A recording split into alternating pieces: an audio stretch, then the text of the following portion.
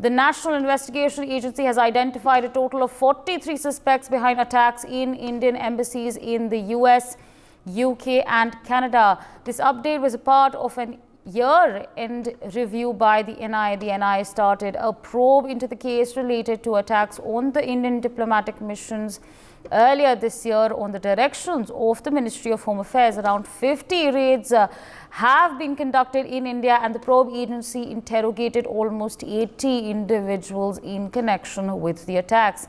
The Indian diplomatic missions were targeted between March and July 2023 in the United States, the United Kingdoms and Canada. So, of course, this is in fact the details that have been shared by the NIA.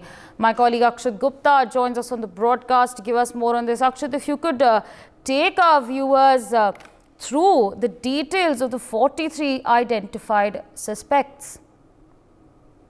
Yes, the National Investigation Agency has identified a total of 43 suspects behind attacks on Indian embassies located in the United States, the United Kingdom and Canada.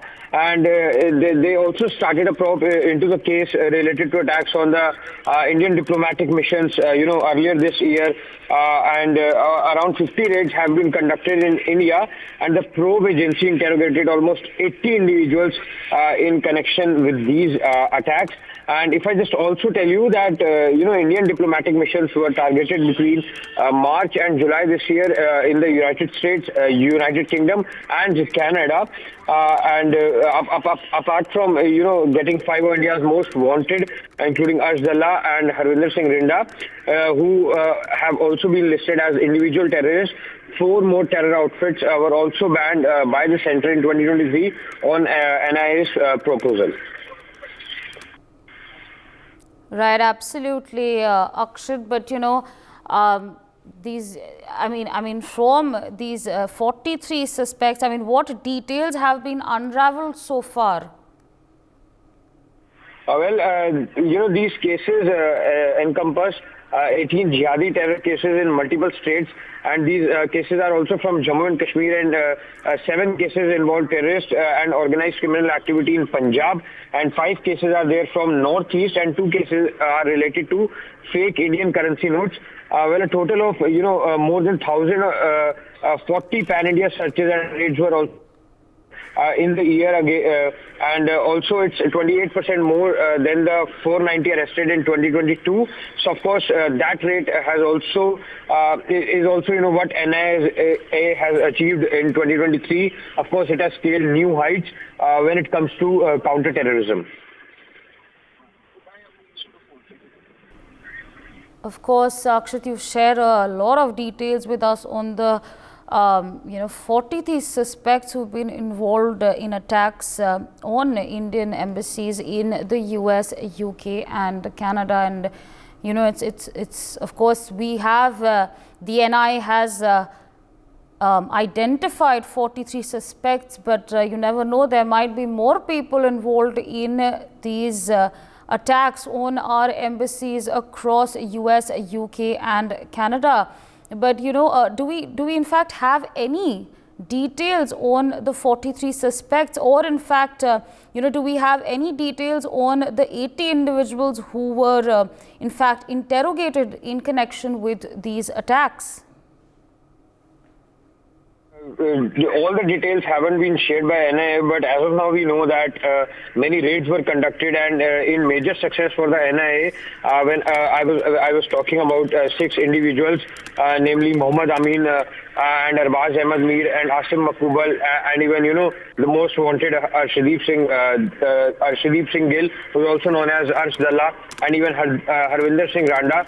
They were designated as individual terrorists, and of course raids were conducted, as I was saying, and also the agency has said that they are actively pursuing necessary actions against these designated individuals and terrorist organizations to effectively counter their activities.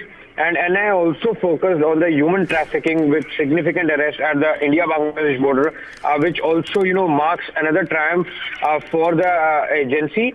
And also, in a major breakthrough, NIA also arrested Dinesh Gope, who is basically the PLF Supremo, after 2 decades of evasion, which also perhaps highlights agency's dedication to pursue individuals who are involved in the long-standing cases.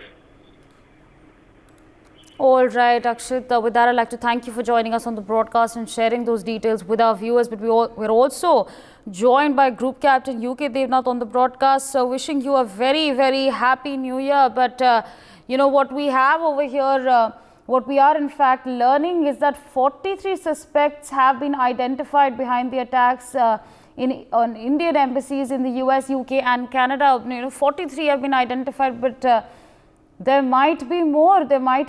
So, I mean, what do you want to say about these figures that we are being given to understand?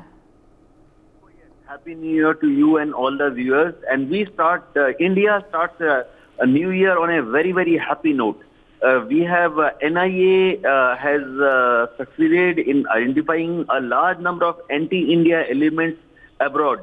These elements mostly are operating from UK, USA, Canada. A few of them are there in Australia and New Zealand also. A good thing is that these people have not only they have been identified, but NIA also has successfully, with the help of agencies like ED and RAW, has tracked their contacts in India. So their contacts in India are being vigorously pursued, and NIA will gather additional evidence to prove that these anti-India elements abroad are indulging in activities which are not desirable. Rather, they are harmful for India's image abroad. Good thing is that these so-called Khalistani elements, pro-Khalistani elements, who have given them very fraudulent names like Sikh for Justice, these people think that they are causing some kind of an inconvenience or trouble for India. They forget that India is a massive democratic nation. We have a tradition, we have a history, we are very old civilization, and we are not worried about such small, petty, criminals who are trying to sabotage India's reputation in Western world. NIA has very rightfully identified these people. We also take help from democratic and very, very liberal Indians, people of India origin who stay in these countries. Good thing is, in most of these countries, the places of worship, especially gurdwaras, are manned by people, by our Sikh brothers who are very, very pro-India, who are patriotic, and they also help us in identifying these unruly elements. These unruly elements will find that Hindi में बोलते हैं ना कि कानून के हाथ बहुत लंबे होते हैं. So even if they are not Indian citizen, but finally laws of India will catch up with these people in their country. Government of India, through diplomatic channel, our External Affairs Ministry has taken up case with consulates and embassies of these countries, so as to persuade these countries to track down these unruly elements who are citizens of these countries. And the USA, Canada, Australia, New Zealand and UK, in the past also they have cooperated with government of India to, bring down these elements in their country. So I'm very sure these countries, their governments will and their police will cooperate with Indian embassies there, and again tell these nasty elements to calm down, quiet down or shut down. Yes. For more such videos, subscribe to the NewsX YouTube channel, hit the bell icon.